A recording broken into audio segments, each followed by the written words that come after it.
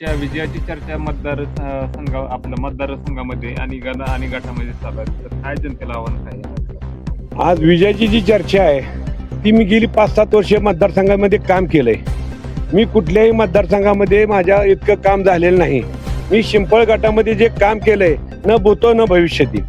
ज्या मतदारसंघामध्ये सांप्रदायिक काम, वारकरी संप्रदायाचं काम, मंदिर असू दे, मस्जिद असू देत, स्मशानभूमी असू देत किंवा सप्त्याचे कुठलीही काम असू देत, मी स्वतः सार्वजनिक मंडळं, गणपती मंडळ, शिवजयंती मंडळ, अण्णाभाऊ साठे मंडळ, डॉक्टर बाबासाहेब मंडळ या सर्वांना मी माझ्या सोबत घेऊन जे विकास काम असतं आणि जे सोबत घेऊन राजकारणामध्ये संघटना घेऊन चालायचे असतात या माध्यमातून मी जे काम केलं त्यामुळे हे सर्व माझे मतदार माझ्यावर मामा म्हणून जे आज माझ्यासाठी काम करतात त्यांनी कुठलीही अपेक्षा न करता या मामाच्या कामावर जी अपेक्षा ठेवून माझा विजयाची ललकारतात ते मामा तुम्ही विजय झाला, गुलाल लागला तुम्हाला, त्याचं हे केलेलं काम आणि उमेदवारानं कुठल्याही राजकारणात असताना निवडणुकीला उभा टाकत असताना स्वतःचं काम दाखवून उमेदवारी घ्यावी हीच माझी या चरणी शब्द.